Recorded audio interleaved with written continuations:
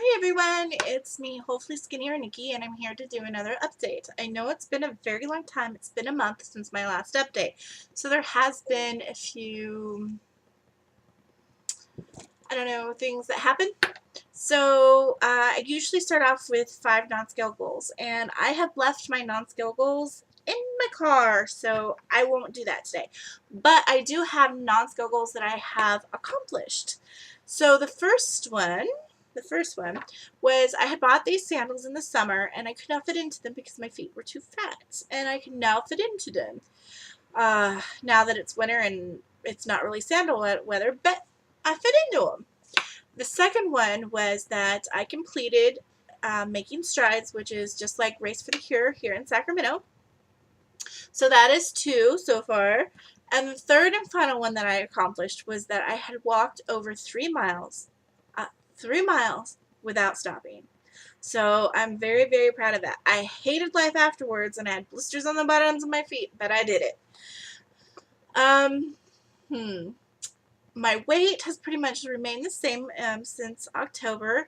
Instead of fluctuating from 396 to 399, I'm fluctuating between 394 and 396. So there is some loss there, but it's not as much as I'd like. Part of it is because I got sick and I just didn't have the motivation to walk or to exercise. So bad.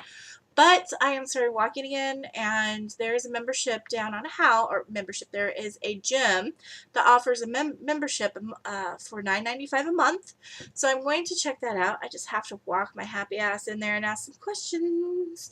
So I will do that this week and find out and maybe give you guys a lowdown on how that works. Let's see, what else? My Halloween just passed, you guys know, and if you're my friends on Facebook, then you will see all the lovely, lovely photos I took of my costume because I just look absolutely fabulous. Not.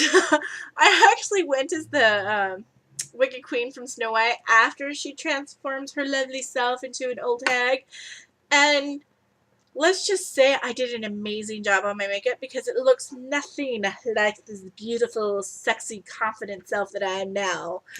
But that's how you can tell when you're really good with makeup, is when you can transform your face. Okay, but why is it that it takes me twice as long to get this look than it did to make myself look completely hideous? I don't even want to think about that too much. But it was great. The costume was great. And people liked to take the picture with me, and they were actually horrified by the mole of my nose that somehow I got hair on. Like, had hair sticking out of it. It was pretty cool. And let's see, holidays. It's the holiday season. It's now November. So I have a few concerns about holidays. Since this holiday season, I'm really, really trying to make healthier choices and just not take a day off and diet. Not that I'm the person that's necessarily believing that if you mess up during the holidays, that's just bad, bad, bad. I just believe if you fall off the wagon, you get back up and you start all over again. So I don't necessarily believe on bad days or good days, but I'm trying to be consistent with it. So I'm a little concerned because there will be some trigger foods there. Like, I love my mother's stuffing. I love pumpkin pie and the turkey and the mashed potatoes and the bread and all the stuff that you're not supposed to have. So I'm going to try to make a more conscious effort of my portions. And I wanted to know if any of you guys had any helpful hints out there on how to deal with the holidays and food. I would love to have them. I would love to have more tools in my little bucket of surprises. So, and we're having quite a few people coming for Thanksgiving this year, and I'm really excited about that because the more people there is at Thanksgiving dinner, the more surrounded by love and family that I feel. So I'm looking forward to that. So oh, almost forgot. How could I forget? Because yesterday it was a total emotional wreck over it. My dog Abby for the past week has been started out with just yipping while she was walking occasionally, going into full-blown screaming if a dog even got like within an inch of her. And it was happening so often for so long that I seriously thought that I was going to have to put my dog down. So I take her to the vet yesterday, fully expecting that I was going to have to put her down, hysterically crying before I left. Got her there. The vet takes a look at her and zip, not a sound, nothing. Pulls on her leg, touches her stomach where I was like, oh yeah, her stomach's real tender.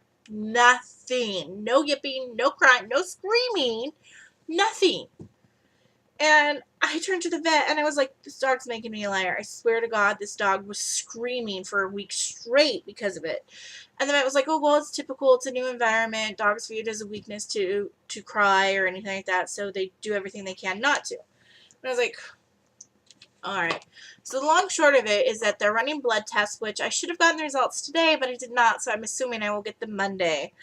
They did take an x-ray, and he did show me all the x-rays, and there were a few things that could have caused the pain that I was describing.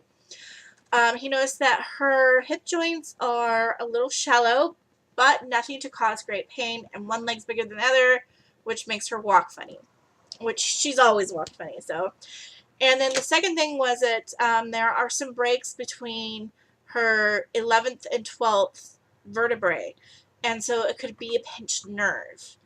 But that didn't surprise me because her daddy has the same issue with the spinal disintegration, and there's nothing that we can do other than pain management for that.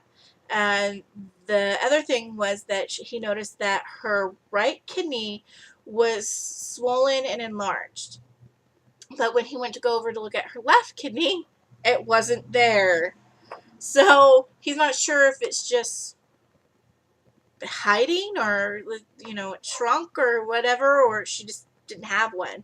I personally wouldn't be surprised if that dog was only born with one kidney. She's an oddity in more ways than one.